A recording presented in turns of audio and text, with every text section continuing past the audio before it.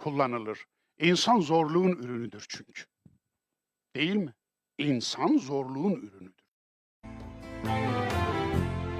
İnsan işte. لَقَدْ خَلَقْنَا الْاِنْسَانَ ف۪ي كَبَدٍ. Biz insanı kebet içinde yarattık. Evet, kebet ne demek? Aslında evladuna ekbaduna, Araplarda çoktur bu mesel gibi söylenen bir şey. Çocuklarımız ciğerlerimizdir. Ciğer kelimesi ekbad, kebet aslında oradan gelir. Ama tabii zorluk, zorlanma anlamında kullanılır. İnsan zorluğun ürünüdür çünkü. Değil mi? İnsan zorluğun ürünüdür. Biz zorluğun ürünüyüz. Her açıdan, fizyolojik açıdan zorluğun ürünüyüz, nörolojik açıdan zorluğun ürünüyüz, psikolojik açıdan zorluğun ürünüyüz, sosyolojik açıdan zorluğun ürünüyüz, teolojik açıdan zorluğun. Fizyolojik açıdan zorluğun ürünüyüz. Anatominize bakın. Zorluğun ürünüyüz. Size bakın. Ey insan, her şeyi bilemezsin. Her şeyi göremezsin. Her şeye gücün yetmez. Her şeyi yapamazsın. Yani görüyorsunuz, sen sınırlısın. Sen zayıfsın. Sen sonlusun. Sen mahdutsun. Yani ey insan, sen yetersizsin. Yeterli olan Allah'tır. Onun için yeterliyim diyorsan, ben bana yeterim, hiçbir şeye ihtiyacım yok diyorsan, ben Allah'ım de gitsin. Her şeyi işittiğini düşünüyorsan veya senin işittiğini değil de falan süper güç her şeyi dinliyor diye düşünüyorsan, Allah de gitsin. Öyle bir derdin var ki kimseye anlatamıyorsun. Şurada yakıyor. Sadece burada yakıyor. En yakınına dahi açamıyorsun. Ne yaparsın? Kime açarsın, kime? Ama birine açman lazım, patlarsın. Aşkın bir güce. Yani hiç kimseyle konuşamıyorsun bir şeyi. Ama konuşmayınca da ölü öyle yazıyorsun. Biriyle konuşman lazım. Her şeyi duyan biriyle. Birine göstermen lazım yaranı. Yaranı göstermeden olmuyor, duramayacaksın. Tedavi olamayacaksın. Hiç kimseye gösteremiyorsun çünkü doktorlarda, tabiplerde çare yok yarana. Peki kime gösterirsin? Her şeyi gören. Böyle bir imkanı insanın elinden alınca kimin neyi artar ya? Kimin neyi artar? Onun için vicdansızlık oluyor değil mi bir yerde? Kıyıcılık oluyor. İstismarın faturası istismarcıya yazılmalı mı? Görüyorsunuz dincileri, özellikle yobazları, kafa kesen dincileri, insanlığın huzursuz bacağı olan dincileri, insanlığa yük getiren dincileri, ahlaksız dincileri görüyorsunuz. Faturayı Allah'a çıkarıyorsunuz. Faturayı dine çıkarıyorsunuz. Doğru bir yer mi? Doğru bir yer mi? Yani şöyle bir şey, yani bir gün sizi aldattılar, en büyük banknot diyelim ki 200 lira, sizin sahte çıktı. Sahte. Bir sahtekar size yutturmuş bunu. Ondan sonra parayı kullanmaktan vaz mı geçiyorsunuz? Ne derler o insana? Anlatabiliyor muyum? Tutun ki size biri gerçekten 24-22 ayar diye bir altını kakaladı. Çıktı ki 8 ayar. Aslında hatta altın suyuna batırılmış bir teneke çıktı. Ondan sonra tüm altınlardan vazgeçer misiniz? Geçmezsiniz tabii ya. Kendinizden vaz mı geçiyorsunuz? Kendinizi tanıyamıyorsunuz. Hata yaptığınızda. Yani gördüğünüz gibi faturayı niye Allah'a kesiyoruz? İnsan olmadan Müslüman olunmaz dostlar. Bunu canı yürekten kabullenmiyorsanız eğer, kusura bakmayın, siz din binasını tersine çevirmişsiniz demektir. Kusura bakmayın, siz bu ayetlere inanmıyorsunuz demektir. Kusura bakmayın ama hayat sizi yalanlıyor, siz hayatı yalanlıyorsunuz demektir. Ördekten başka kuş, kendinizinkinden başka baş görmemişsiniz demektir.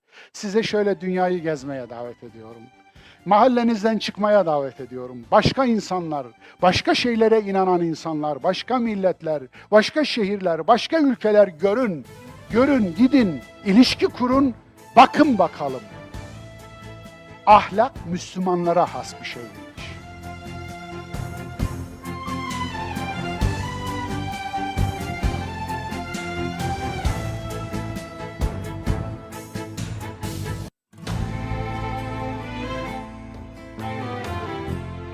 İnsan işte. لَقَدْ خَلَقْنَا الْاِنْسَانَ ف۪ي كَبَدٍ. Biz insanı kebet içinde yarattık. Evet, kebet ne demek? Aslında evladuna ekbaduna, Araplarda çok darbu mesel gibi söylenen bir şey. Çocuklarımız ciğerlerimizdir. Ciğer kelimesi ekbad, kebet aslında oradan gelir. Ama tabii zorluk, zorlanma anlamında kullanılır. İnsan zorluğun ürünüdür çünkü. Değil mi? İnsan zorluğun ürünüdür. Biz zorluğun ürünüyüz. Her açıdan, fizyolojik açıdan zorluğun ürünüyüz, nörolojik açıdan zorluğun ürünüyüz, psikolojik açıdan zorluğun ürünüyüz, sosyolojik açıdan zorluğun ürünüyüz, teolojik açıdan zorluğun. Fizyolojik açıdan zorluğun ürünüyüz. Anatominize bakın. Zorluğun ürünüyüz. Size bakın. Ey insan, her şeyi bilemezsin. Her şeyi göremezsin. Her şeye gücün yetmez. Her şeyi yapamazsın. Yani görüyorsunuz, sen sınırlısın. Sen zayıfsın. Sen sonlusun. Sen mahdutsun. Yani ey insan, sen yetersizsin. Yeterli olan Allah'tır. Onun için yeterliyim diyorsan, ben bana yeterim, hiçbir şeye ihtiyacım yok diyorsan, ben Allah'ım de gitsin. Her şeyi işittiğini düşünüyorsan veya senin işittiğini değil de falan süper güç her şeyi dinliyor diye düşünüyorsan, Allah de gitsin. Öyle bir derdin var ki kimseye anlatamıyorsun. Şurada yakıyor. Sadece burada yakıyor. En yakınına dahi açamıyorsun. Ne yaparsın? Kime açarsın, kime? Ama birine açman lazım, patlarsın. Aşkın bir güce. Yani hiç kimseyle konuşamıyorsun bir şeyi. Ama konuşmayınca da öyle yazıyorsun. Biriyle konuşman lazım. Her şeyi duyan biriyle. Birine göstermen lazım yaranı. Yaranı göstermeden olmuyor, duramayacaksın. Tedavi olamayacaksın. Hiç kimseye gösteremiyorsun çünkü doktorlarda, tabipler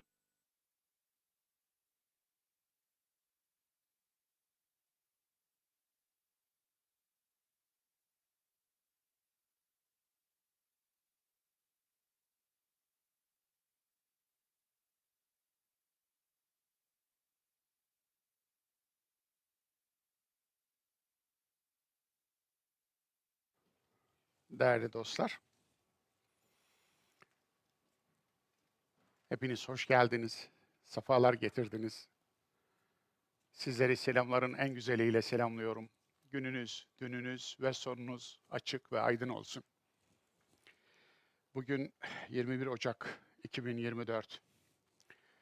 64. Kur'an'ın Hayat Yürüyüşü dersinde yine beraberiz. İnşallah bu derslerin hitamına erdiğimizde, tamamına erdiğimiz günde de sağlık, sıhhat, huzur ve mutlulukla beraber oluruz. Tarık Suresi. Sabahı haber veren yıldız gibi ol dersi.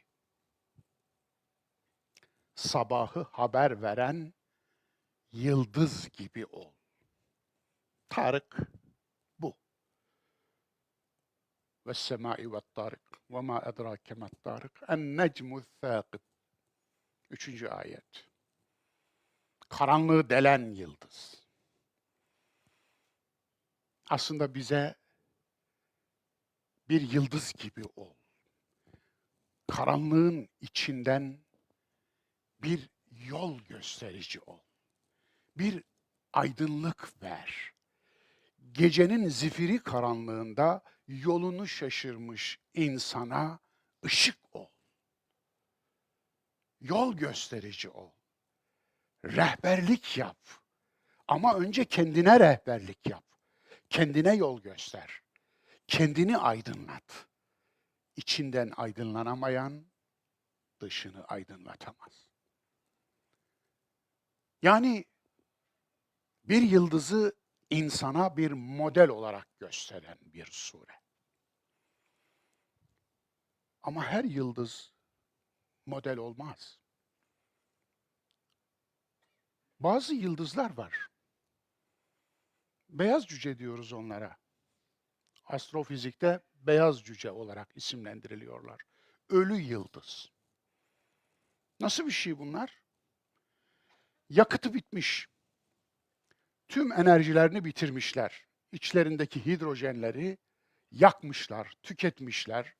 O helyuma dönüşmüş, helyum diğerlerine dönüşmüş ve bitmiş. Artık reaktör çalışmıyor. Yıldızlar füzyonla çalışan bir reaktördür. Füzyon, atom çekirdeklerinin birleşmesi. Fisyon, atom çekirdeklerinin parçalanması anlamına geliyor fizikte. Atom bombası fisyonla çalışıyor. Atom çekirdeğinin parçalanması ve enerjinin ortaya çıkarılması. Güneşse, yıldızlarsa füzyonla çalışıyor.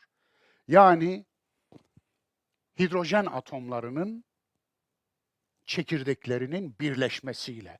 Birleşince iki atom çekirdeği helyum ortaya çıkıyor. Dolayısıyla tüm yıldızlar bu sistemle çalışıyorlar. Ama tüm yıldızlar eşit değiller. Bazı yıldızlar işte beyaz cüce oluyor. Bazı yıldızlar yakıtı bittikten sonra içine çöküyor. Büyüklüklerine göre bu. İçine çökme ne demek? Atom şöyle tarif edeyim. Bir stadyum düşünün. Bir stadyumun ortasına bir iğne toplu saplayın. Atomun çekirdeği ile elektronu arasındaki boşluk bu kadar. Boş yani. İçi koca bir boşluk. İçimizdeki tüm atomların içinde bu kadar koca dev bir boşluk var. Onun için nötrinolar işte geçip gidiyorlar dokunmadan. Yani o boşlukta dolursa ne olur? Bir kahve kaşığı 40.000 ton gelir diyor. Bir kahve kaşığı 40.000 ton gelir. Yani atomun boşluğunu alıp maddeyi içine çöktürürseniz böyle bir ağırlık meydana geliyor. Yine bazı yıldızlar vardır, dünyamızdan çok büyük olmalı. O yıldızlar nötron yıldızı oluyorlar ölünce. Nötron yıldızları işte biraz önce söylediğim atom boşlukları alınmış, atomların içine çöktüğü. Ve bu yıldızlar ikiz olarak, çift olarak birbirine dolanıyorlar. Ölümleri birbiriyle çarpışma suretiyle oluyor. Bizim güneşimizden önceki nesil yıldızların nötron yıldızı çarpışması olduğunu düşünüyor astrofizikçiler. Çünkü bizim yıldızlarımızın oluşumunda, güneş sisteminin oluşumunda altın var. Altın yeryüzünde olmuyor. Güneş sistemimiz altın üretemiyor, reaktörümüz altın üretemiyor. Altın üretmek için 79 tane protonu bir çekirdeğin içine doldurmak gerekiyor. Bunun için o kadar büyük bir güç lazım ki güneşimizin ömrü yaklaşık 10 milyar yıl. 10 milyar yılda güneşin yakıtının tamamını bir saniyenin bilmem kaç milyonda birinde kullanırsanız ancak o zaman nötron yıldız yani altın üretebiliyorsunuz. Yeryüzünde elmas üretiliyor.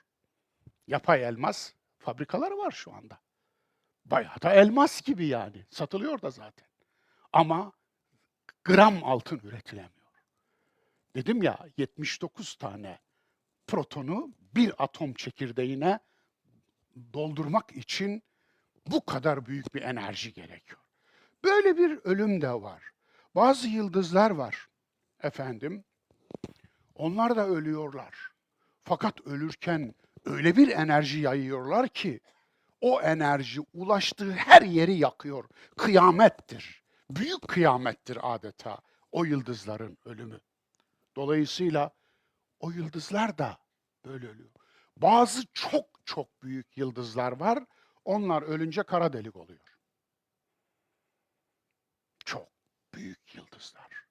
Güneşimiz kara delik olamıyor.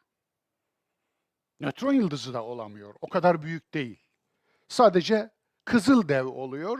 Ondan sonra da ölüyor ve büzüşüyor.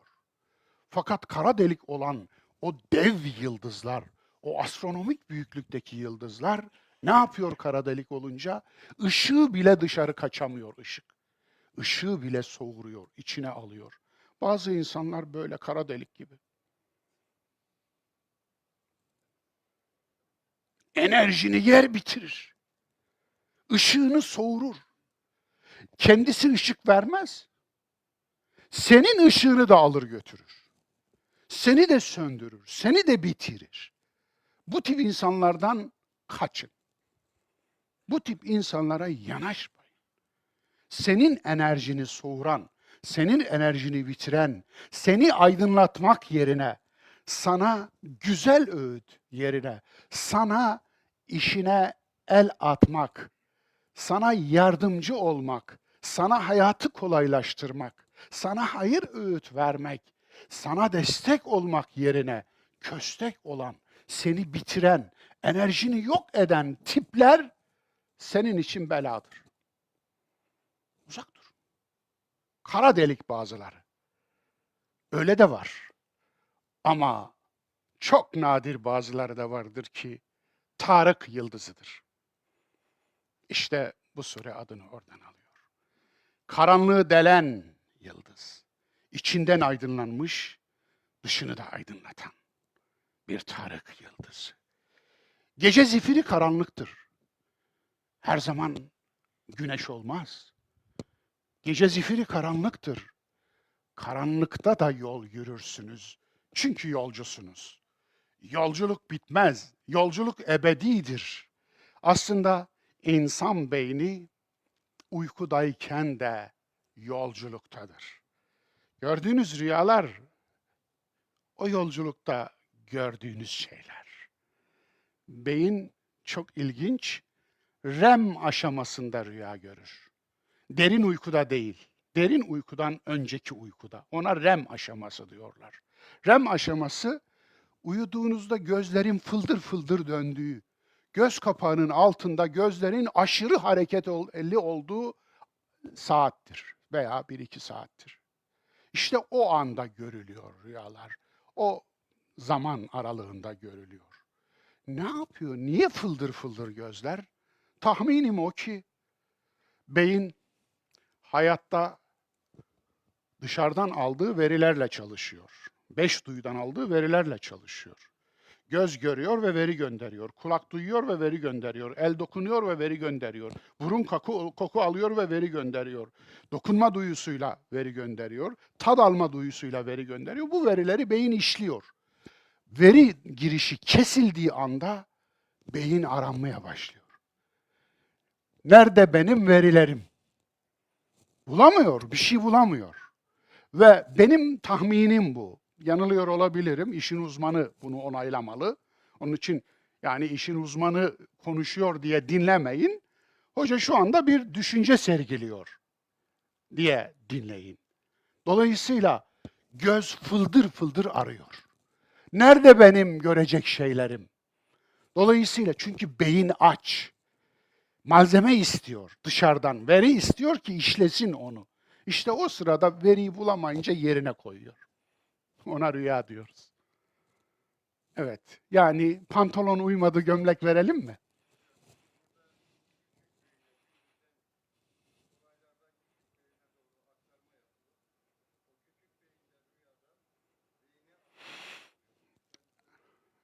Eyvallah.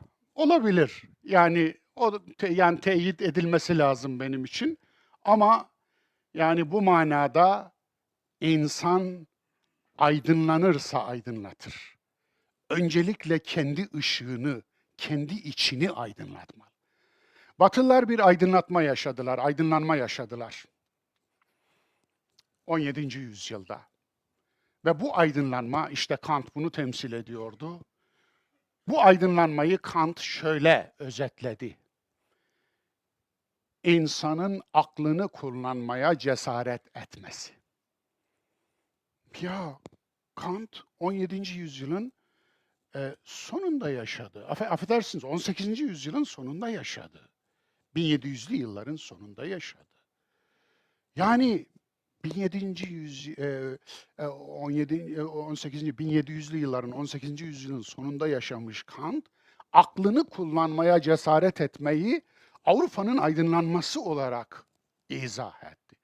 Peki de aklını kullanmayanın üstüne Allah pisliği boca eder ayeti 1400 yıl indi. Ey Müslümanlar neredesiniz? Efendim? Neredeler? Çarşıdalar mı? Keşke çarşıda olsalar. Keşke çarşıda olsalar. Maalesef. Keşke uykuda olsalar zarar vermezler. Zarar vermezler. İnsanlığa zarar veriyorlar. Dolayısıyla neredesiniz? Aklını kullanmayanı Allah pisliğe mahkum eder. Niye pisliğe mahkum olduk diye soruyor musunuz hala? Veyahut da İnne şerrad devâbe indallâhi sumul bukmullezîne lâ ya'kilûn. Allah katında hareket eden canlıların en şerlisi kafirler değil, müşrikler değil, Hristiyanlar değil, Yahudiler değil, şunlar değil, ateistler değil, deistler değil, şuna inananlar, buna inananlar değil. Kimler peki? Aklını kullanmayanlar. Ya kitabınızda böyle bir ayet var. İnanıyor musunuz? Tabii size söylemiyorum. Kusuruma bakmayın. Kızacak başka kimim var benim? Sizi buldum, size içimi döküyorum, derdimi döküyorum. Dertliyim, onu gösteriyor bu. Dolayısıyla Allah'ınızın aşkına iman ettiğiniz Kur'an, gerçekten de Kur'an'a iman ediyor musunuz siz Müslümanlar? 1 milyar 700 milyonluk kitle, gerçekten siz doğru mu söylüyorsunuz? İman ettiğiniz kitap bunları söylüyor. Siz neredesiniz? Siz ne haldesiniz? Niye koyun sürüsü olmaya meraklısınız? Niye ille bir çoban arıyorsunuz? Niye sığır sürüsü olmak için yarışıyorsunuz? Niye aklınızı çiğnemek için, aklınızı mahvetmek için, aklınızı kullanmak için 40 dereden 40 su getiriyorsunuz? Aklın üstüne bevletmek, işemek için bile aklı kullanıyorsunuz. Aklı öldürmek için bile aklı kullanarak akla vuruyorsunuz.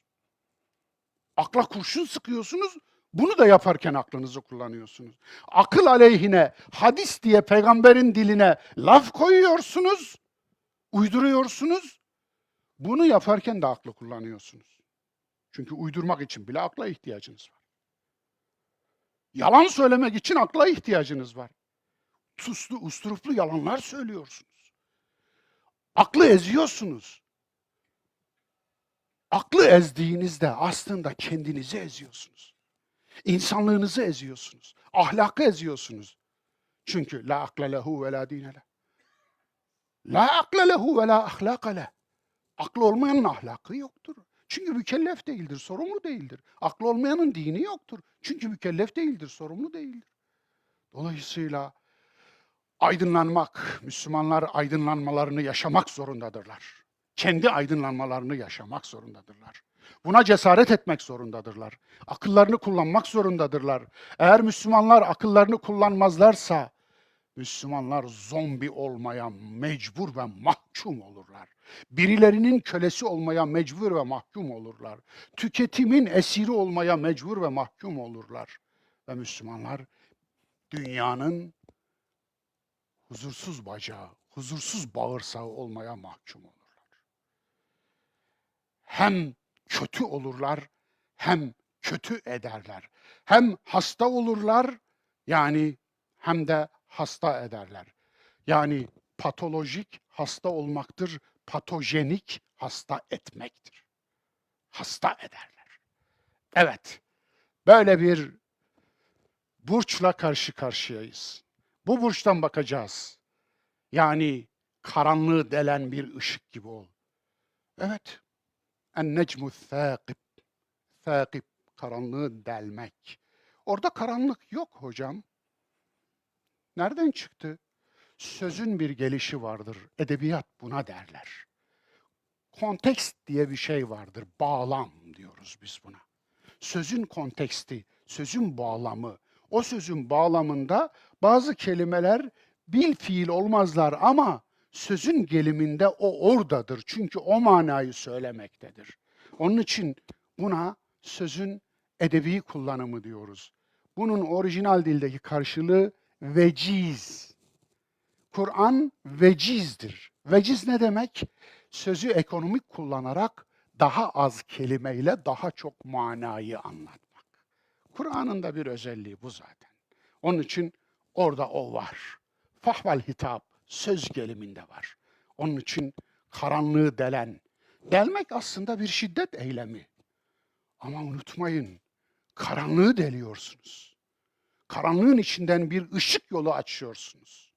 Karanlığı delmek için bir şeyler lazım. Bir, önce aydınlık lazım. Sonra irade lazım. Sonra akıl lazım. Bilinç lazım. Vicdan da lazım çünkü birine ışık vermek için vicdanlı olmak lazım. Öyle değil mi? Karanlığı delmek kolay değil. Daha ne lazım? Risk almak lazım. Herkes karanlığı delmez. Işığını kendine saklayanlar var. Hatta ışık tertibatı var ama onu yakmayanlar var. Kimse görmesin, aman farkına varmasın. Benim aydınlandığımı kimse görmesin. Işığımı içeride bırakayım, ışığımı hapsedeyim. Işığına cezaevi olan, ışığına zindan olanlar var. Işığından kimse faydalanmaz. Yazık. Yazık olmuş. Veil olsun o ışığa. Dolayısıyla risk almak lazım. Daha ne lazım? Emek vermek lazım. Ter dökmek lazım. Emek vereceksiniz. Ter dökeceksiniz.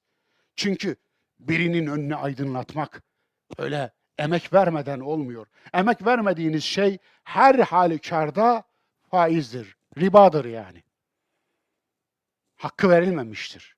Haksız kazançtır. Emek verilmemiş duygular da ribadır.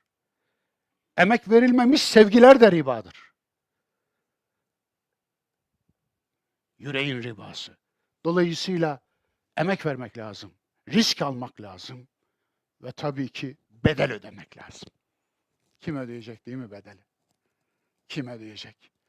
Birileri şimdi kalkacak, saldıracaklar.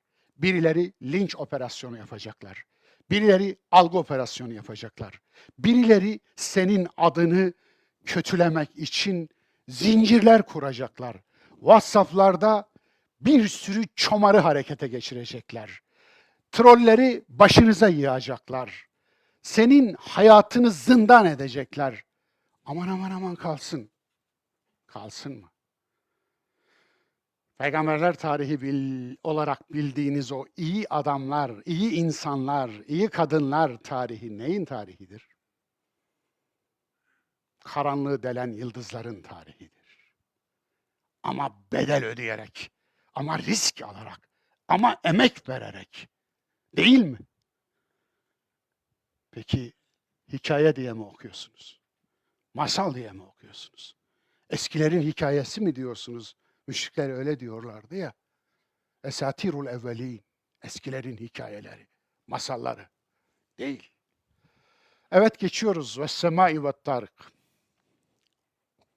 Gök ve tarığa yemin olsun. Aslında yemin burada yok.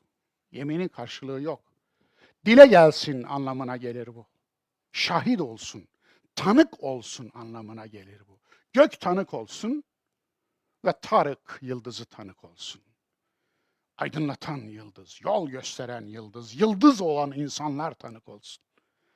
Yeryüzünde yol gösteren, içindeki ışığı dışına veren, başkalarını da aydınlatan insanlar tanık olsun şeklinde de anlayabiliriz bunu. Gök tanık olsun demek ne demek? Bakınız, insanoğlu Allah'a yemin eder, Allah da varlığa yemin eder. Yani biz aslında topu hep taca atıyoruz. Allah da taca atılmış topları tutup sahanın içine atıyor. Oyna, oyna, oyna, laf etme. Sahanın dışına, yani dışarıdan gazel okuma. İçeride oyna. Yani harekete geç. Gol at. Bak, sana sahayı hazırladım. Harika. Kaleler hazır, çimler ekilmiş. Efendim, seyirciler bile koydum ortaya. Hakem bile var. Hakemin uyaracağı kurallar var. Her şey. Oyna, oyna. Niye yatıyorsun? Niye topu taca atıyorsun? Dolayısıyla ne demek bu? Aslında siz idrakinizi aşan bir varlık olan, sonsuz, mutlak bir varlık olan Allah'la hep ilgilenmeyi Allah'ın muradı zannediyorsunuz. Oysa Allah sizin ilginize ihtiyacı olan bir varlık değil ki. Allah da size diyor ki, benimle ilgilenmek yerine, ki bunu beceremezsiniz zaten, çünkü aklınız ermez. İdrakiniz almaz. Bilginiz kuşatamaz beni. Bilginizin kuşattığı, aklınızın aldığı şeylerle ilgilensenize. Gökle ilgilensenize, yerle ilgilensenize, dağlarla ilgilensenize, denizlerle, hayvanlarla, insanlarla ilgilensenize, dünyanızla ilgilensenize, suyla, toprakla ilgilensenize. Bu budur. Bu budur işte. Ve sema budur. Göğe yemin olsun. Niye? Gökle ilgilenin ya, benimle ilgilenmeyin. Benim sizin ilginize falan ihtiyacım yok. Ben Allah'ım. Hem Allah diyorsun hem de zannediyorsun ki ilgilenmeyince düşecek. İlgilenmeyince büyümeyecek. İlgilenmeyince aç kalacak. Haşa. Nasıl ters bağladık biz bu işi ya? Nasıl ters bağladık da böyle olduk? Niye böyle olduğun cevabı bu. Ve's-semâi ve't-târik. Ve mâ edrâke met-târik. Ne bileceksin? Nasıl idrak edeceksin? Tarık nedir? En-necmü-thâkib. Karanlığı delen bir yıldızdır. Eyvallah. Hadi girelim. Hocam biraz indi mi? Biraz indi. Biraz ama. 14 gün sonra yine dolar. Sabahın kapısını vuran, sabahın habercisi. Aslında yıldız değil, biliyor musunuz? Gezegen. Venüs gezegeni. Zühre yıldızı. Tarık. Araplar Tarık diye Zühre yıldızına diyorlar. Zühre yıldızının türküsü bile var değil mi? Sandım ki Zühre yıldızı. Ne harika söyleyiş öyle. Dolayısıyla sabah yıldızı bir ismi. Bir ismi akşam yıldızı. Bir ismi seher yıldızı. Bak onun da türküsü var. Seher yıldızı ayırdı bizi. Efendim. Dolayısıyla ne güzel ya şu türküler. Bir de türkü dersi yapsam. Ne güzel olur. Eyvallah. Sabah kapısını vuran sabahın habercisi yıldız. Sen öyle bir yıldız ol ki sabahın habercisi sen ol. Bu yıldız gece görünür, Venüs. Venüs gezegeni gece görünür. Gökyüzünde aydan sonra gece en parlak cisimdir. En parlak. Venüs güzelliğin temsilcisidir aynı zamanda. Kadını temsil eder. Kadın Venüs'tür. Onun için bakınız Afrodit, Venüs'ün eski medeniyetlerdeki ismidir. Dolayısıyla Venüs güzelliğin de temsilcisi. Cinsi latif olan kadının da temsilcisi. Niye? Venüs gibi parlar. Venüs gibi pırıl pırıl parlar. Dolayısıyla Venüs güzelliği temsil eder aynı zamanda. Gece aydan sonra en parlak nesnedir demiştim. En parlak gök cismidir. Ve doğduğu zaman onun döngüleri vardır. Batış döngüsü vardır, doğuş döngüsü vardır. Tıpkı ay gibi batan ay, doğan ay. Onun için batan ayın hilali vardır, doğan ayın hilali. Batan ayın hilaline hilal demiyorlar. Ama hilal kadar küçülür. Tıpkı hilal gibi incecik bir yay halini alır. Onun için doğan ay böyle olur, batan ay böyle olur. Yani astronomiden gelemeyeceğiz dersek, giremeyeceğiz birader. Ne yapalım yani? İşte böyle bir şey bu dersler. Bu derslerin en zor tarafı zamanı yönetmek. Onun için o bilgiyi vermezsen söylediğin anlaşılmayacak. Veya ben en azından öyle zannediyorum. Söylediğimin anlaşılması için altının dolması lazım. Altının da doldurmak için zaman lazım. Ne yapayım ben? Evet, gece gökyüzünde görüldüğü dönemde dönüşü eşsiz. Venüs'ün dönüşü eşsizdir biliyor musunuz? Tüm Güneş sistemindeki gezegenler saatin tersi yönünde dönerler. Venüs saatin yönünde dönerler. Tabii kendi yörüngelerinde. Bunlar çok karmaşıktır. Kaotiktir bu dönüşler, onu söyleyeyim. Çok düzenli değil. Zaten kaos dediğiniz kozmosun anasıdır. Kozmosu kaos doğurur. Yani yaratıcı yıkım. Hep yaratıcı yıkımların sonucuyuz biz. Bakınız, bundan 66 milyon yıl önce 10 kilometre çaplı bir gök taşı gelmiş, Meksika körfezine düşmüş. Öyle bir yaratıcı yıkım olmuş ki bizden önceki o en büyük dev canlılar, Jurassic Park bitmiş. Dinozorların kökü kesilmiş. Yeryüzü 1000 yıl kadar hiç güneş görmemiş. Belki binlerce yıl, 9000 yıl diyenler de var. Güneş görmemiş ve işte ondan sonra bizim atalarımızın önü açılmış, memelilerin önü açılmış. Bizi ortaya çıkaran süreç öyle başlamış. Allah'ın sünneti bu. Evrim Allah'ın yaratma yöntemidir. Hepsi, her şey buna dahildir. Sadece biyoloji değil, fizikte, kimyada, hatta matematikte buna dahildir. Evet, dönüşü eşsiz. Uydusu yoktur, çok ilginç. Diğerlerinin uydusu var. Sıcak, çok sıcaktır. 400 küsür derecedir. Çünkü Venüs atmosferi, Venüs'teki güneş ışınlarını içeride hapsetmiştir. Neden? Atmosfer, çünkü karbon dioksittir. Onun için Venüs'ün Güneş sisteminin oluşumu döneminde dünyanındaki ilk hayatla beraber Venüs'te de hayat başladı. Hatta Goldilocks bölgesi diyorlar ona, altın bölge. Altın bölgedeyken Venüs'te hayat olduğunu söyleyen bilim adamları var. Dünyanın benzeri, dünyanın ikizi de diyenler var. Dünyanın eşi diyenler var, değil. Ama dünyanın benzeri. Büyüklüğü dünya kadar, bir dönem dünyada gibi orada da hareketlilik var, orada da hayat var. Mikrobiyolojik ölçüde hayat var. Ama dünyanın ikizi değil. Dünyanın ikizi nerede şimdi biliyor musunuz? Bu konuda hiç okuma yapan var mı? Ay dünyamızın ikizinden kalan parça. Dünyamızın ikizi vardı. Evet, Tia. Astrofizikçiler buna Tia ismini vermişler. Tia. Tia.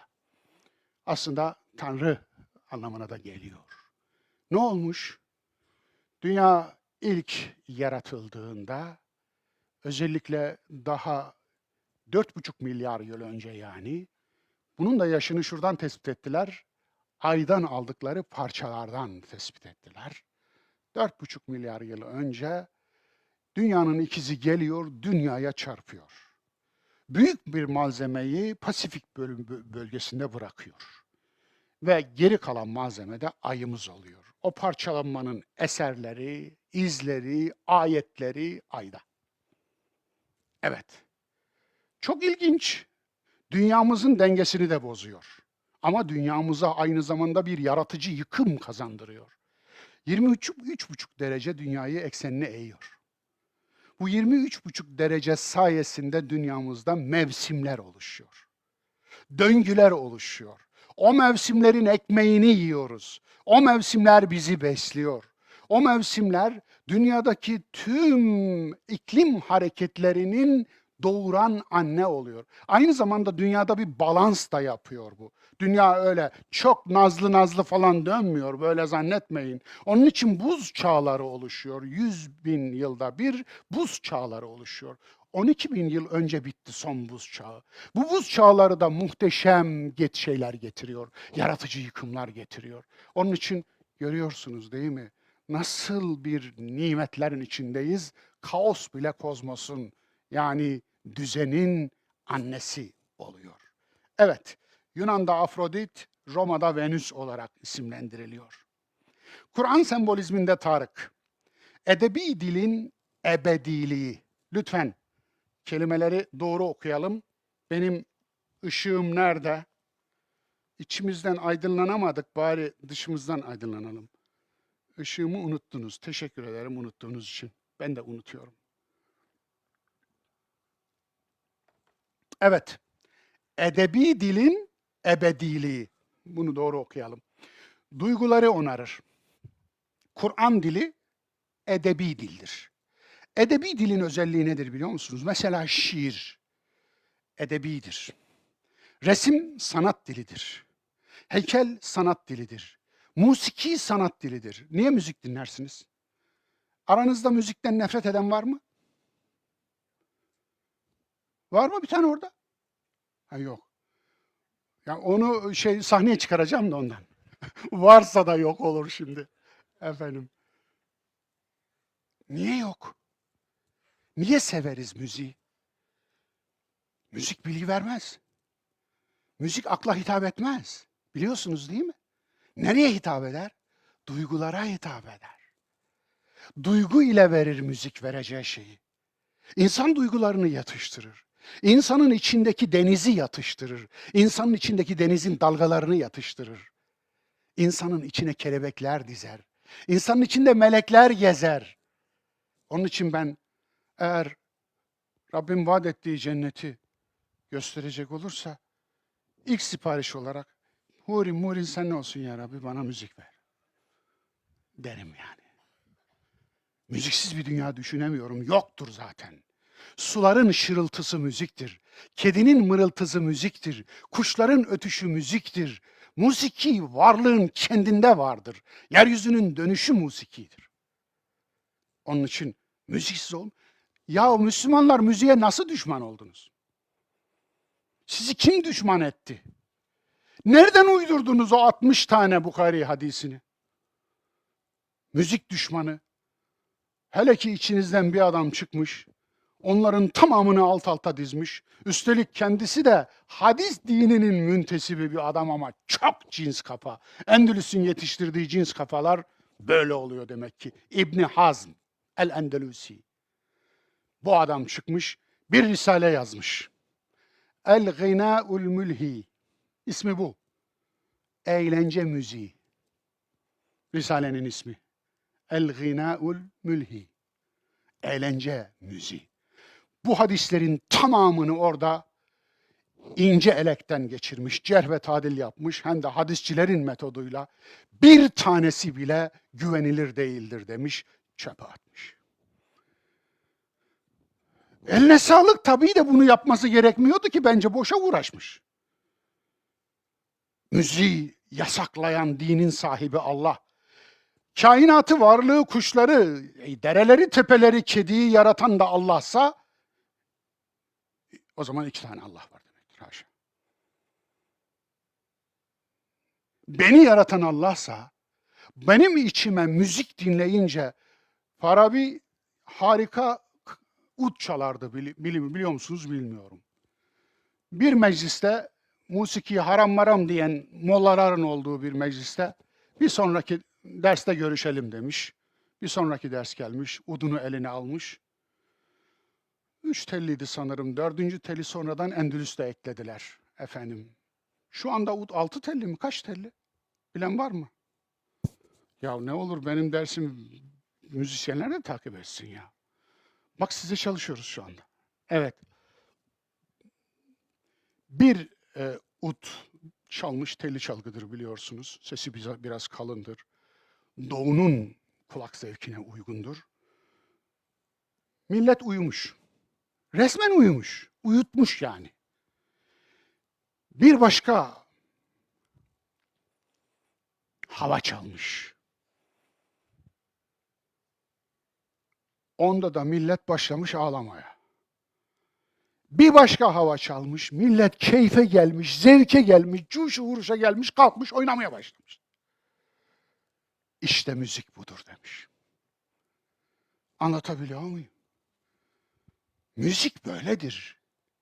İnsanın içine işler. Dolayısıyla evet, geceyi aydınlatan, sabahı müjdeleyen sorumlu insan tipi. Evet, sorumlu insan tipini söylüyor bu. Sorumlu insan. Tarık nedir?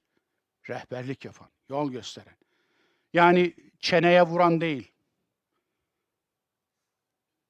Davet çenebazlık değildir. İslami davet misyonerlik değildir. Müslüman misyoner olmaz. İslam'ın misyonerliğe ihtiyacı yoktur.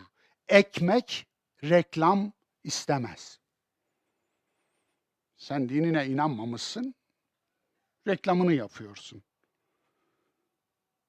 Din satıcısına biz dinci diyoruz. Dinliye dinci demiyoruz. Din satıcısına dinci diyoruz. Dindarlık ayrı, din satıcılığı ayrı, dincilik ayrı. Satanın kendisinin değildir diyor Kindi. Alanındır artık. Din satan dinsiz kalmıştır diyor. Çünkü dinini başkası almıştır diyor. Satmıştır, sattığı başkasınındır. Dolayısıyla din satan dinsizdir. Peki nedir tebliğ? Gerçek tebliğ nedir biliyor musunuz? Haldir hal. Davranıştır. Yaşamaktır. Doğruyu yaparsınız, doğrunun en güzel daveti odur. Çocuklarınıza eğer bir davranışı kabul ettirmek istiyorsanız çeneleyle yapamazsınız bunu. Çünkü temel bir kuraldır. Eğitimde temel bir kuraldır. Pedagojinin en temel kuralıdır. Bir davranış üzerinden öğretilir. Bilmem anlatabildim mi? İnsan kendini kimsesiz hissetmemeli. İn kullu nefsin lemma aleyha hafiz. Evet. Her can, her insan mutlaka bir hafıza sahiptir. Hafız. Hafız neredesin? Hafızlar. Alakanız yok sizin Kur'an'la. Kur'an'ı ezberliyorsunuz. Kur'an'ı aslında lezyon, sanki geçmişte geçirdiğiniz verem gibi bir lezyon olup oraya kilitliyorsunuz. Bir ur gibi taşıyorsunuz hafızlar. İstisnalarınızı katmıyorum. Ezberlemekle Kur'an'ı mahkum ediyorsunuz hafızanıza. Hafız olmuyorsunuz. Burada başka bir şeyden bahsediyor. Hafızlık kavramı Kur'an'da hiç bu anlamda kullanılmıyor. Hiç. Nedir bu? Koruyucu, koruma. Koruma. Hafız, koruyucu. Dolayısıyla herkesin içinde bir koruyucu varmış. Bakınız öyle diyor ayet. Ne olabilir bu? Vicdan olabilir mi? Vicdandır diye düşünüyorum. Herkesin içinde bir koruyucu. Vicdanımız bizim koruyucumuz, muhafızımız. Evet, onun için hafızlara derim ki Allah seni muhafız etsin. Niye? Hafız olmuş, muhafız olmamış. Ha'sı gitmiş, vızı kalmış. Onun için giderek de havuzlaşıyor zaten. Onun için bakınız Kur'an'la yüz göz olmak diye bir cümlem var benim. Kur'an'la yüz göz olmak nedir biliyor musunuz? Ya Kur'an'la ilgileniyor. Ben Kur'an'ı ezberledim be. Bitmiştir orada. Bitmiştir. Anlatabiliyor muyum? Böyle bir şey yok. Allah Resulü vefat ettiğinde diyor İbn Abbas, sadece 4 kişi vardı Kur'an'ın tamamını ezberlemiş olan. Ne buyuruyorsunuz? Ne buyuruyorsunuz? Sahabe sizin kadar sevmiyordu, öyle mi? Nedir bu efendim herkese Kur'an'ı ezberletmek ama Kur'ansız yapmak, anlamsız yapmak, Kur'an'ın anlamının üstünde de tepinmek, Kur'an'ın anlamıyla insanları buluşturmak için ömürlerini harcayan insanları da linç etmek aşkınız nereden geliyor? Ya. Ama insan haddini, kendini, değerini de bilmeli değil mi? فَلْيَنْظُرِ الْاِنْسَانُ مِمَّ خُلِقَ. Evet. İnsan bir baksın neden yaratıldı? Nasıl yaratıldı? Niçin yaratıldı? Ayeti görüyor musunuz? 4. ayet değil mi? Ya 5. ayet. Muhteşem.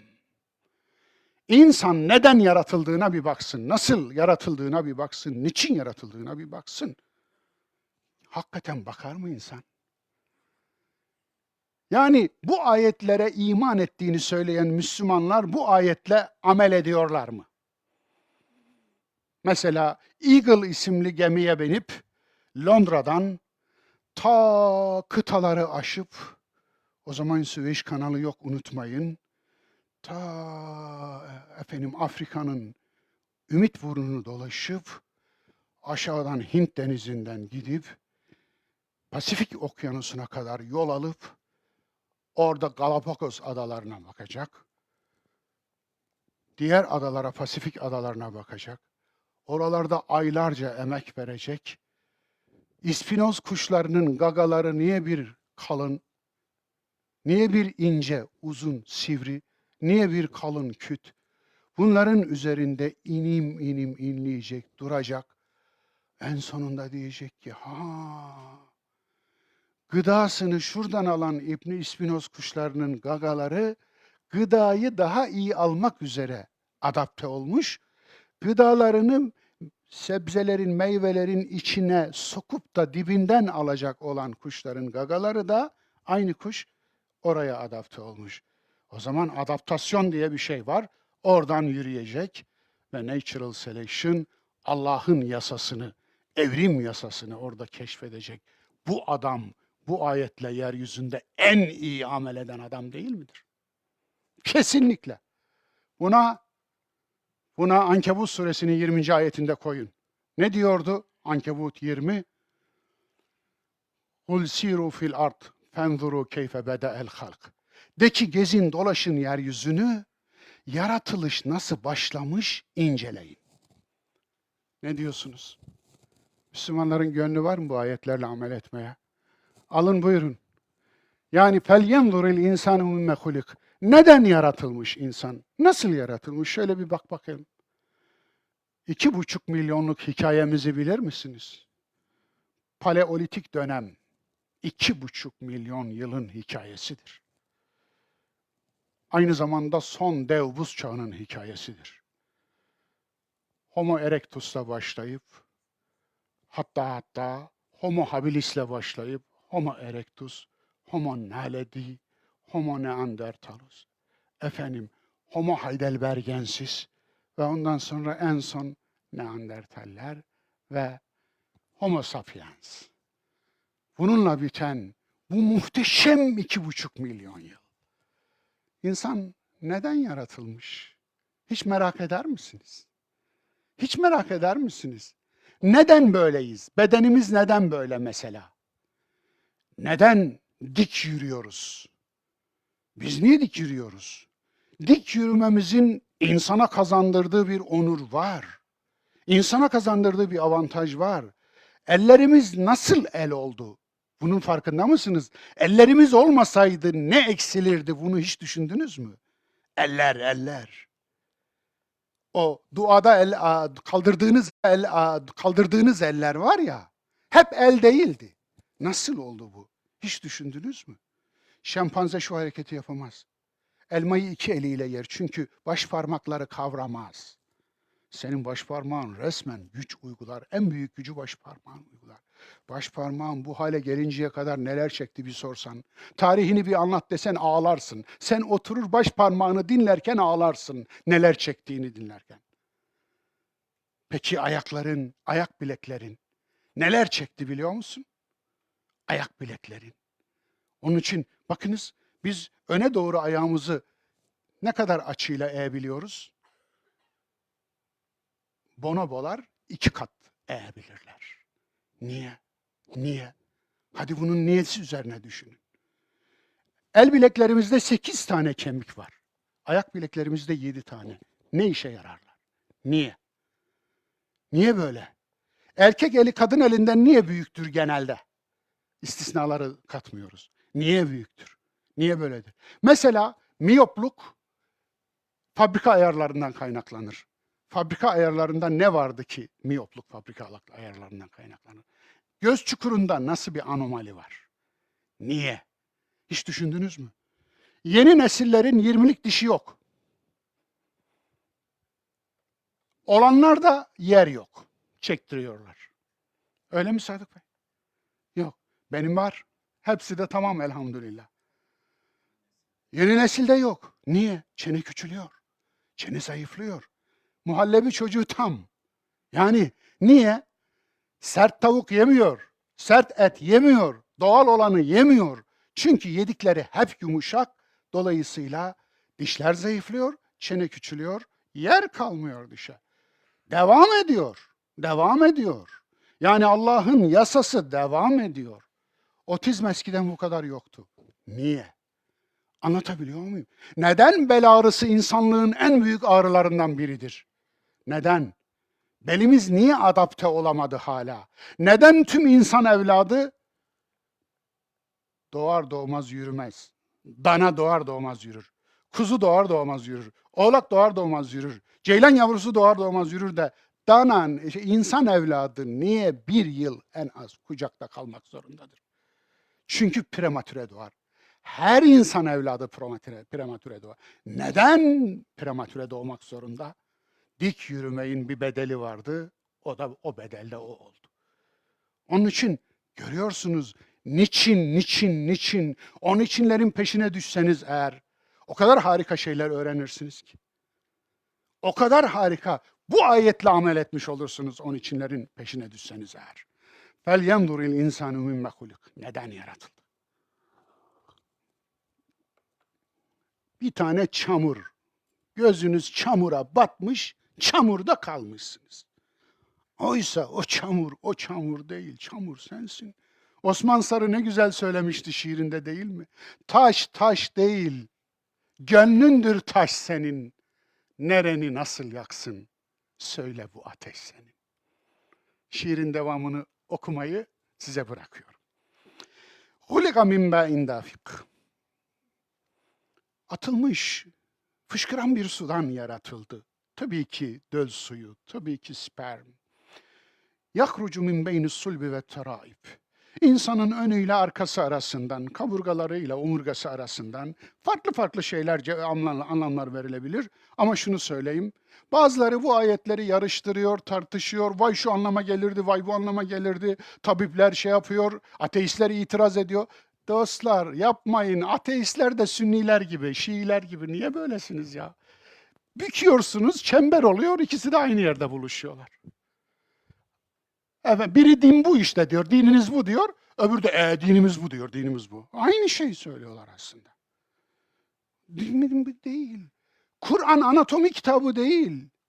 Kur'an rehberlik kitabı, hidayet kitabı. Kur'an'dan anatomi öğrenilmez. Ne diyordu işte? Sürekli söylüyorum. Gâşiye 17, 18, 19, 20 unutmayın. Ankebut 20 unutmayın. Birçok ayet. Parmaktır, ayı gösterir. Aya bak sen niye parmağa bakıyorsun? Kur'an'dan anatomi öğrenilir mi? İnsan neden, nasıl yaratıldığına dönüp bakmaz mı? Evet, sahi bakar mı? Elementer yaratılış, biyolojik yaratılış, evrimsel yaratılış, embriyolojik yaratılış. Yaratılışların aşamaları var. Hani tabakan an tabak diyor ya, tabakadan tabakaya. Hani İnsan suresinin 1. ayetinde Hel ata alel insani hinun mined dehri lem yekun şey'en mezkura. Hiçbir şey olarak anılmaya değer olmayan uzun astronomik bir zaman geçmedi mi diyor insanın üzerinden. Nedir o hinun mined dehr? Astronomik zaman nedir? O astronomik zamanda ne oldu? O 2,5 milyon yılı iyi inceleyin derim. İnsan olarak anılmaya değer olmadığı bir zaman. Dahası memeliler tarihini inceleyin. 200 milyon yıllık, 200-250 milyon yıl aralığı. Omurgalılar tarihini inceleyin. 350 milyon yıl. Dahası sürüngenler tarihini inceleyin. 450 milyon yıl. Dahası denizdeki canlılar yani yumuşakçalar tarihini inceleyin. 541 milyon. Dahası tek hücreliler tarihini inceleyin. 2,5-3 milyar yıl. Buyurun inceleyin. Tabakan tabak, tabakadan tabakaya geçe, muhteşem bir argenin sonucu aynı zamanda. Allah böyle yaratmayı murad ediyor. Ol dedi oldu yok Kur'an'da. Bu Kur'an'ı tahrif etmek, yalan söylemektir. Ol dedi oldunun Arapçası kün fekan. Böyle bir cümle gördünüz mü siz Kur'an'da? Hayır, ne gelir? Kün feyekun. Ne demek? Ol der, oluş sürecine girer. Oluş sürecine girer. Çünkü yekun fiili muzaridir, 3 zamanı da birlikte kapsar. Geniş zaman, şimdiki zaman, gelecek zaman. Neyse, geçelim. Anatomik yaratılış süreci, nöropsikolojik yaratılış süreci. Neden yaratıldık sorusunun o kadar geniş cevabı var ki. İnnehu ala rac'ihi lekadir. Hiç şüphe yok ki Allah onu yeniden yaratmaya kadirdir. Kadir midir? Kadirdir. Evet.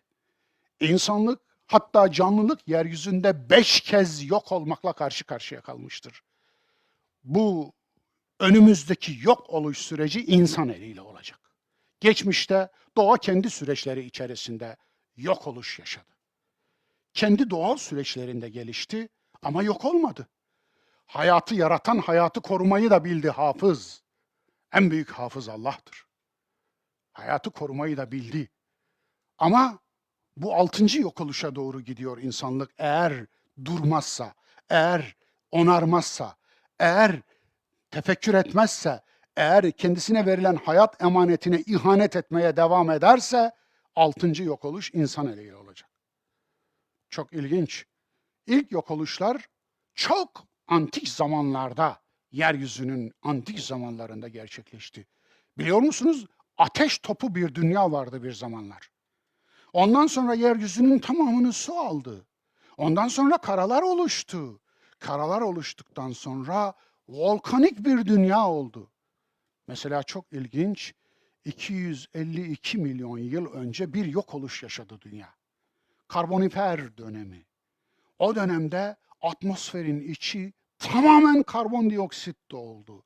Her taraftan volkanlar fışkırdı. Yeryüzü paramparça oldu. Her taraf lime lime oldu. Mama adeta yeryüzünün içi dışına çıktı. Yeryüzü içindekileri kustu ve yeryüzünün her tarafı, atmosferin içi tamamen karbondioksit oldu. Ve yağmurlar asit olarak yağdı. Ve o günün ekmeğini bugün yiyoruz biliyor musunuz?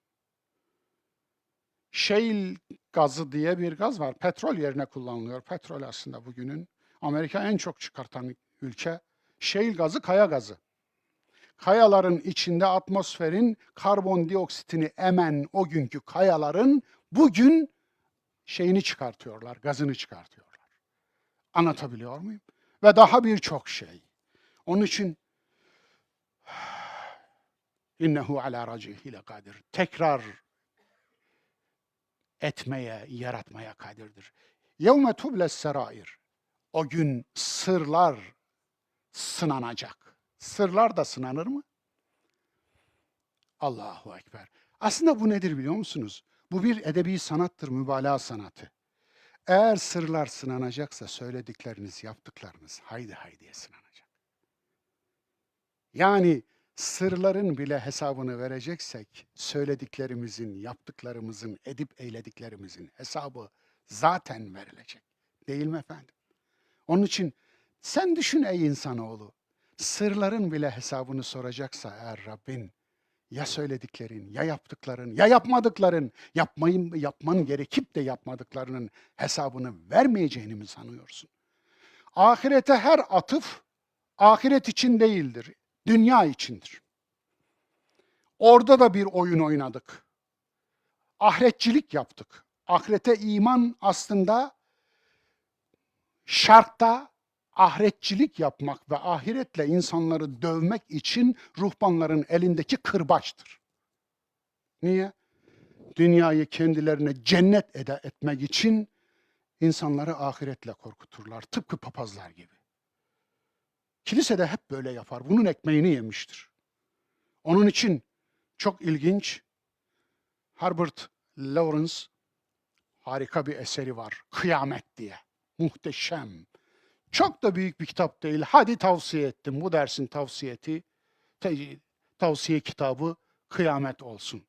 Herbert Lawrence'ın. Dolayısıyla orada der ki Hristiyanlık için, kilise için cenaze şirketi. Hristiyanlık cenaze şirketidir der. Al benden de o kadar. Hristiyanlığı kopya çeken Müslümanlık da cenaze şirketi. Öyle değil mi?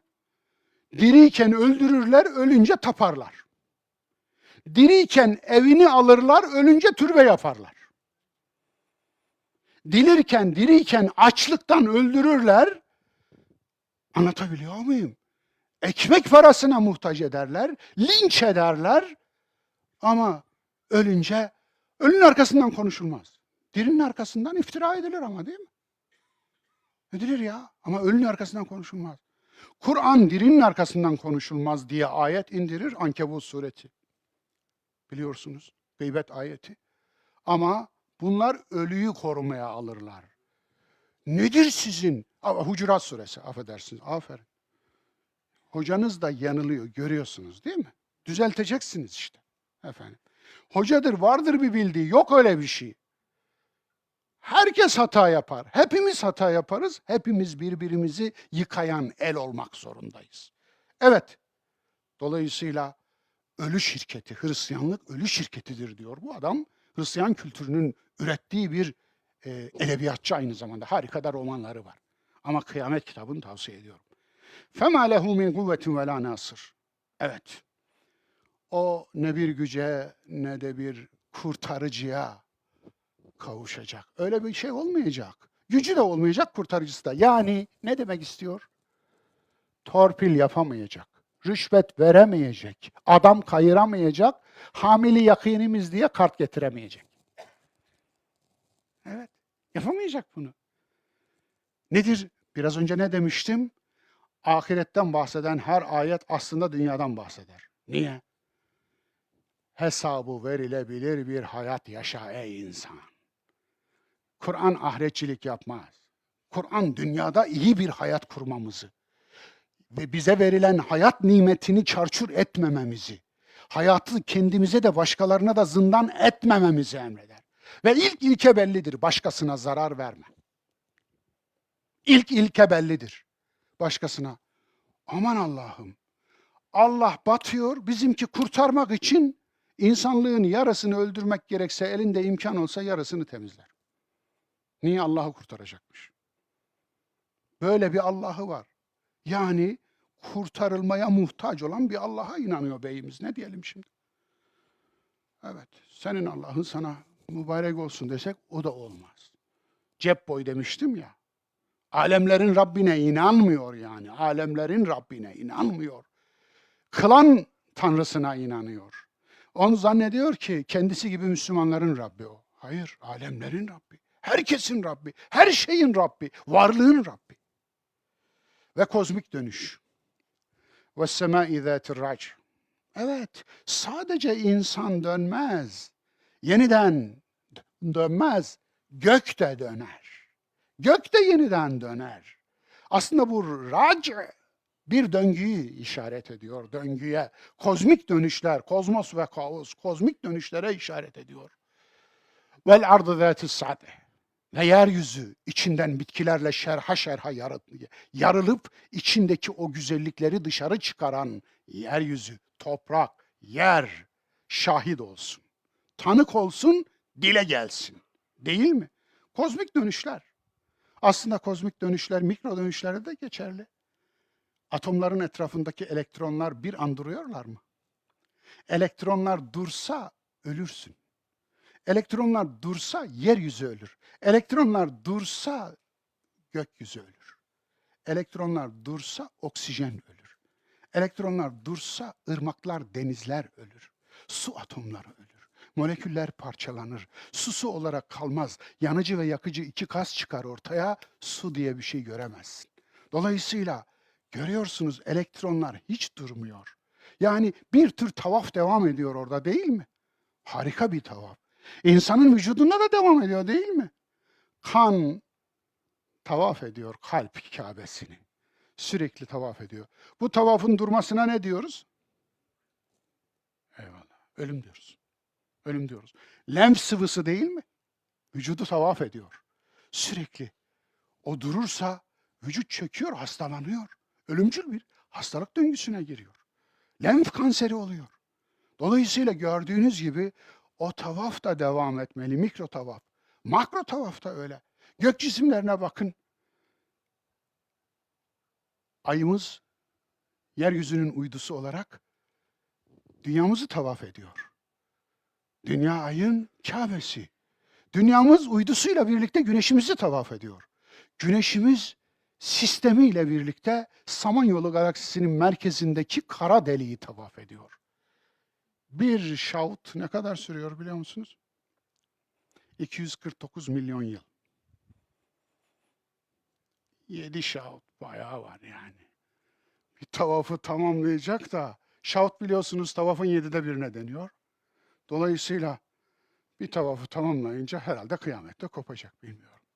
Yani gördüğünüz gibi kozmik tavaf da devam ediyor. Hiçbir şey yerinde durmuyor. Sen ey insan, sen niye yatıyorsun? Her şey hareket halinde. Her şey yaratılışına yüklenen program gereği hareket ediyor. Sen niye programını aklınla, iradenle, vicdanınla, bilincinle yerine getirmen lazımken niye bu kadar nimete sahipsin de bu kadar nimet azgınısın? Diyor yani. Eyvallah. Ben böyle anlıyorum en azından. Kozmos ve kaos söyledik, yaratıcı yıkımlar söyledik ve sözün özüne dönüş. İnnehu lekavlun fasıl. Hiç şüphesiz o ayırıcı, seçip ayıran, hakkı batıldan ayıran, doğruyu eğriden ayıran, iyiyi kötüden ayıran, güzeli çirkinden ayıran, ilkeliliği ilkesizlikten ayıran, ahlakı ahlaksızlıktan ayıran, aklı akılsızlıktan ayıran bir sözdür.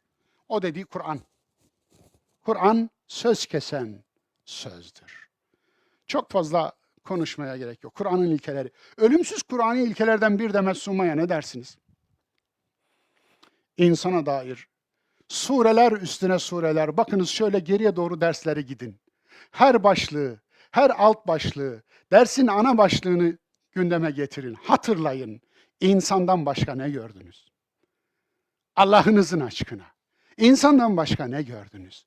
Yani insan orada harika tanımlanıyor. Ahsen-i takvimi olarak tanımlanıyor. En güzel kıvamda. Kıvamda ama yani şeker var, yağ var, un var. Helvayı sen yapacaksın diyor. Ben yapmayacağım, sen yapacaksın. Sana iyi olman için her türlü donanımı verdim. Yani hardware de var, software de var. Ürünü sen çıkar. Çıkarmıyorsan bu problem senin.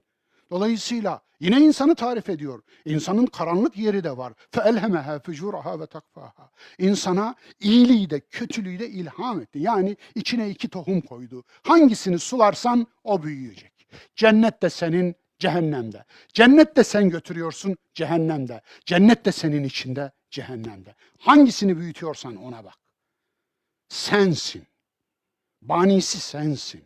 Dolayısıyla bu ayetler. Dahası insan aceleci bir varlık. İnsan tartışmacı bir varlık, cedelci bir varlık. İnsan nankördür. Nasıl nankördür? Evet nankördür. Ey insan bu kadar cömert olan Rabbine karşı bu gururun ne diyen de insanı tanıtan ayet. Yine öbür tarafta imanı eleştiren bir Kur'an var önünüzde. Bakara 93. İmanınız size ne büyük kötülük işletiyor. Namazı eleştiren Koca bir Kur'an var. Namaz kılın diye bir ayet yok Kur'an'da. Namazı doğrultun, düzeltin. Ekame fiili kullanılır hep. Ekame eleştiri kelimesidir. Namazı yamulttunuz, salatı yamulttunuz. Salatı ayağa kaldırın. Nasıl ayağa kaldıralım? Salatı ayağa kaldırmak şudur. Salat sizi kötülükten esirgiyor, iyiliği artırıyorsa salat yerine geliyor. Yani yardımlaşmayı, başkasına el uzatmayı, paylaşmayı, dayanışmayı artırıyorsa salat o zaman salat olur. Yoksa ritüel olur, rit olur. Rit olur, mit olur, hiçbir şey olmaz. Sadece namaz kılan bir dinsiz olursunuz diyor. Burada din aslında hayatta iyi olmak olarak tarif ediliyor. Bakınız, Maun suresi bu. Yani iyi insan olmak olarak tarif ediliyor din. Din, religion'ın karşılığı değildir Kur'an'da. Din iyi olmaktır. Aslına dönmektir. Çocuktaki safiyetine dönmektir. Doğal olmaktır. Doğanız gibi olun. Üzerine eklemek değildir, çıkarmaktır. Eklenenleri atmaktır. Dolayısıyla bakınız Kur'an'da yine ekonomi hakkında ne harika değil mi? Haşr suresinin 6. ayeti. Servet aranızdan bir zümrenin elinde devlete dönüşmesin. Buyurun. Buyurun. Tüm ekonomik ilkeleri bunun üzerine inşa edin. Yani üretim yok, tüketim varsa. Emek yok, sömürü varsa. Rant varsa. Bedavacılık varsa, köşe dönücülük varsa, rüşvet varsa, yolsuzluk varsa, hırsızlık varsa, arsızlık varsa, alçaklık varsa, tamam. Orada bereket yok. Orada şükür yok. Orada Allah yok. Çünkü orada nimete ihanet edilmiş demektir. Onun için işte ne harika ilkeler bunlar. Dahası Kur'an siyasetin ilkelerinde söylemiş. Liyakat ve ehliyet demiş. Öyle değil mi? Allah size liyakat ve ehliyeti emreder yönetim işlerinde. Allah emreder demiş. Var mı liyakat ve ehliyet diye bir derdi olan? Dahası ortak aklı işletin demiş şurayı. Bugün meclise tekabül ediyor. Bugün seçime tekabül ediyor. Ortak aklı ve emruhum şura beynehum. Şura suresinde ismini vermiş bu ayet. Evet, ortak aklı. Var mı? Yani Müslümanlar şu anda yeryüzünde kurdukları devletleri neyle yönetiyorlar? Ortak akılla mı yönetiyorlar? Size havale ediyorum. Hepsini ben söylemeyeyim, suçu biraz paylaşalım. Efendim. Evet, görüyorsunuz değil mi? Kur'an o kadar ilkeler ileri sürmüş, o kadar harika şeyler söylemiş. Bu ilkeler dururken konjonktürel ayetlerle 5-10 tane konjonktürel ayet bulmuşsunuz, onun sırtından Kur'an'ı dövüyorsunuz. Üstelik tüm ekmeğinizi de Kur'an'dan yemişsiniz. Ekmeğini yediğiniz Kur'an'a şak şak acımasızca vuruyorsunuz. Allah'tan korkun be kardeşim. Yazıktır yani. Kur'an savunmasız, garip, öksüz diye böyle mi yapılır? Evet, Kur'an ve söz kesen gavli fasıl ilkeler. Şimdi bu ilkelere hangi vicdan hezil, saçma diyebilir ki? وَمَا هُوَ بِالْهَزِلِ Bu saçma değildir. Hangi insan, hangi akıl sahibi insan bunlara Şenit O'Connor'dı değil mi geçen kaybettiğimiz sanatçı? Ya her iki hanımlar var ya, hanımlar olmasa bu evetleri de alamayacağım. Şenit'i dinleyen var mı bilmiyorum. Eyvallah, eyvallah. Müthiş bir ses. Shannon'ın Kur'an hakkındaki konuşmasını okudunuz mu? Eksik kalırsınız. Bir tık kadar yakın. Shannon'ın Kur'an hakkında bir konuşması var. Bir yazısı var. Lütfen onu alın. Allah rahmet etsin. Ona cennetinin en güzel yerini hazırlasın inşallah. Evet, bir Kur'an çocuğudur o biliyor musunuz? Bir Kur'an Müslümanıdır. Evet, Allah ihmal etmez, imhal eder. Ha, şunu unuttum ya. Geçen Kur'an efendim sağcılığa mı çağırır diye bir başlık atmıştım değil mi? Orada söylemeyi unuttum. Elbette ki Kur'an ideolojik hiçbir kampa çağırmaz. Efendim Kur'an'dan tenzih ederiz. Sağcılık ne demek ya? Sağcılık, yağcılık. Sağcılık ne demek? Faşizmi dünyaya sağcılık efendim bela etti. Kapitalizmi dünyaya sağcılık bela etti. Vahşi kapital. Sağcılığın bela ettiği savaşları da sayayım mı? Değil. Solcuları ne kadar tanıyoruz? Gerçekten Türkiye'de sol yok da onun için tanımıyoruz. Ama tek tük vardı. Bir tanesini söylemek istiyorum. Bir tanesini. Hikmet Kıvılcımlı. Doktor lakaplıydı. Hikmet Kıvılcımlı. Allah'ınızın aşkına. Şu Türkiye'deki Diyanet erbabını 130-150 bin, kaç binse, müftüsüyle, başkanıyla, yardımcılarıyla, imamıyla, vaiziyle topunu toplayın. Hikmet Kıvılcımlı'nın kitap, peygamber, Allah kitabında yazdıkları düşüncenin topuğuna ulaşamazlar. Hikmet Kıvılcımlı Marksist bir düşünürdü. Hadi buyurun. Merak eden kitap orada. Evet. Allah, peygamber, kitap. Hadi buyurun. Okuyun bir görün. Nasıl bir düşünce. Nasıl emek vermiş. Esma-i Hüsna'ya nasıl emek vermiş. Bir Marksist Esma-i Hüsna'ya bu kadar mı emek verir? Kur'an'a bu kadar mı emek verirmiş? Kur'an üzerinde bu kadar mı tefekkür edermiş? Ne biliyoruz ki? Hiçbir şey bilmiyoruz. Onu da bilmiyoruz, onu da bilmiyoruz. Dostumuzu da bilmiyoruz. Yandaşımızı bilmiyoruz, karşıtımızı da bilmiyoruz. Rakibi de bilmiyoruz. Hiçbir şey bilmiyoruz, her şeyi biliyormuş numarası çekiyoruz. Evet, geçelim. İnnehum yekidûne keyden ve ekîdû keyda. Onlar tuzak hazırlıyorlar. Ve biz de onların tuzağını bozuyoruz. Bu Arap dilinde bir sanattır, edebi sanatlardan biridir. Tuzak bozma anlamına kullanılır. Allah için keyit geçtiği her yerde. Yani onlar tuzak hazırladılar. Allah da onların tuzağını bozdu. Femehhilil kafirine emhilhum ruveyda. Kafirler. Kafirler kim? Sizin gibi inanmayanlara kafir demeyin. Yok öyle bir şey. Sizin gibi inanırsa kafir oluyor. Tabii ya. Gerçekten öyle. Senin gibi eğer hadis paralel Kur'an'dır, dolayısıyla vahiydir diyorsa Kur'an'ın kafiri oluyor. Tabii ya. Yani insan sözüyle Kur'an sözünü aynı olarak kabul ediyor. O Kur'an'ın kafiri oluyor. Hakikatin kafiri oluyor. Nasıl? İşte Allah'ın yaratma sünneti, sünnetullah'ı inkar ederse, sünnetullah'ın kafiri oluyor. Adaleti inkar ederse, adaletin kafiri oluyor. Meşvereti inkar ederse, ehliyet ve liyakati inkar ederse, ehliyet ve liyakatin kafiri oluyor. Dolayısıyla uydurmuş dinciler. Aynaya bakın.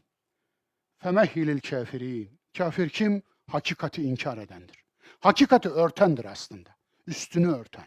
Çünkü kafir Kur'an'da terim anlamıyla değil, kelime anlamıyla da kullanılır. Çiftçi anlamıyla da kullanılır. Anlatabiliyor muyum? Çiftçiye kafir derler. Niye? Tohumun üstünü toprakla örttüğü için. Vicdanın üstünü örten vicdanın kafiridir. Aklın üstünü örten aklın kafiridir.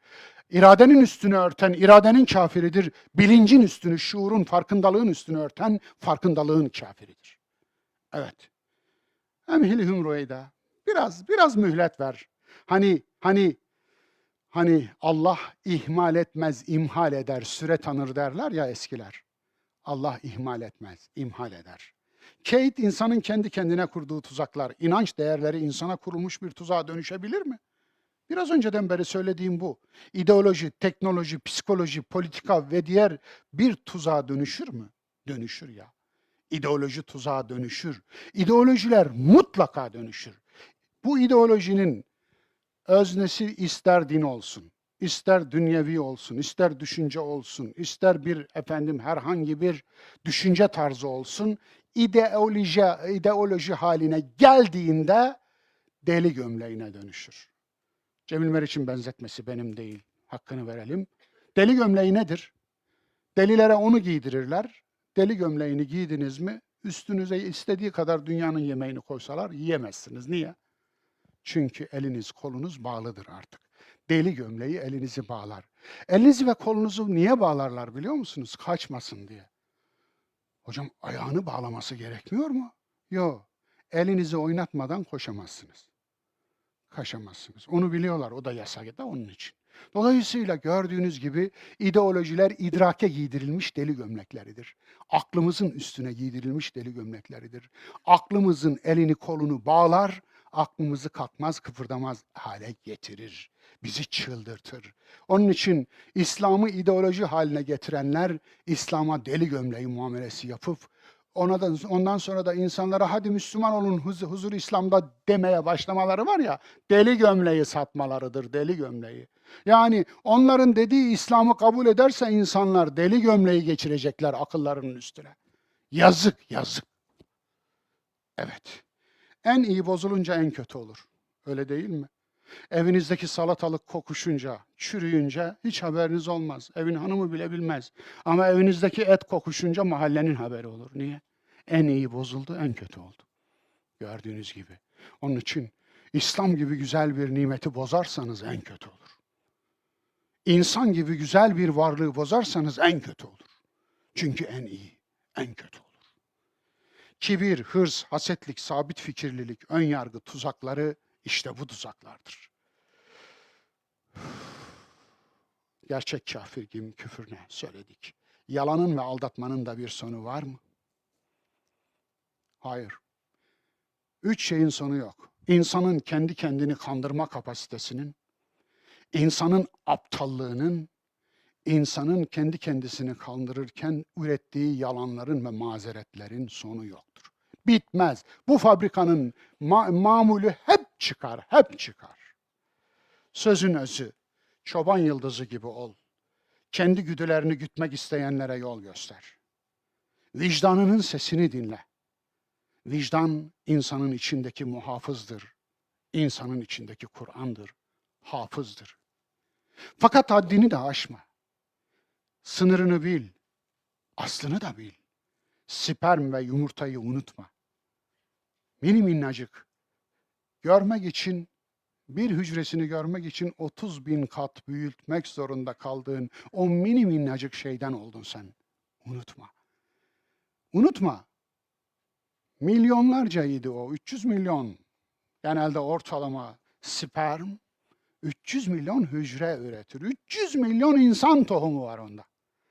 Fakat bu 300 milyonda yürüdüğü yer, ilerlediği yer topu topu santimlerle ölçülecek kadar yer. Düşünün yumurtalığa kadar ilerleyecek. Yani yumurtalıkla spermin boşaldığı yer arası santimlerle ölçülür. Bu kadar yeri o sperm bütün bir emeğini sarf ederek 3 günde alıyor. 3 günde. O 3 günde ne katliamlar oluyor bir görsen. Nasıl da vahşiler. Birbirini kırıyorlar, birbirini öldürüyorlar, birbirinin yolunu kesiyorlar. Burgu gibi ilerliyor böyle. Korkunç. Hepsi yolda telef oluyor. 1 veya 2, çok nadir olarak da daha fazla. Ay be, 120 milyonda bir. Ay buyur, buyur. Yani sen var ya 120 milyonun içinden yarışa çıkıp kazanmış olan adamsın. Hepinize doğarken aslında 120 milyonun birincisi olarak bir madalyayla doğdunuz. Haberiniz var mı? Evet. Peki bunun hakkını verdik mi? Aynen öyle. Kendini israf etme. Yolda kaybolursan ilkeleri hatırla. Yıldıza bak. Yıldıza bak. Bir gün çöle dönmüş olabilir dünyan. Yönünü şaşırmış olabilirsin. Yolunu kaybetmiş olabilirsin. Bir kasırga eser, tüm yolların üstünü kapatır. Ama sen yıldıza bak. O yıldız oradadır. Evet, o yıldız oradadır. Çoban yıldızı değil mi bir ismi de? Çoban yıldızı oradadır. Çoban yıldızı. Niye çoban yıldızı demişler? Yönünü oradan tayin ettiği için. Kaybolursan dönüşlerden, değişimlerden korkma. Göğe bak, dersini al. Yola tuzak kuranlar hep olacak. Sen vicdanına sığın. Vicdanının üstünü açık tut. Vicdanından konuşan Allah'a sığın. Allah'la aldatanlardan, Allah'la aldananlardan olma. Hadi. Yolun açık olsun. Yolculuğunu sakın unutma. Hepinize hayırlı yolculuklar diliyorum. Allah'a emanet.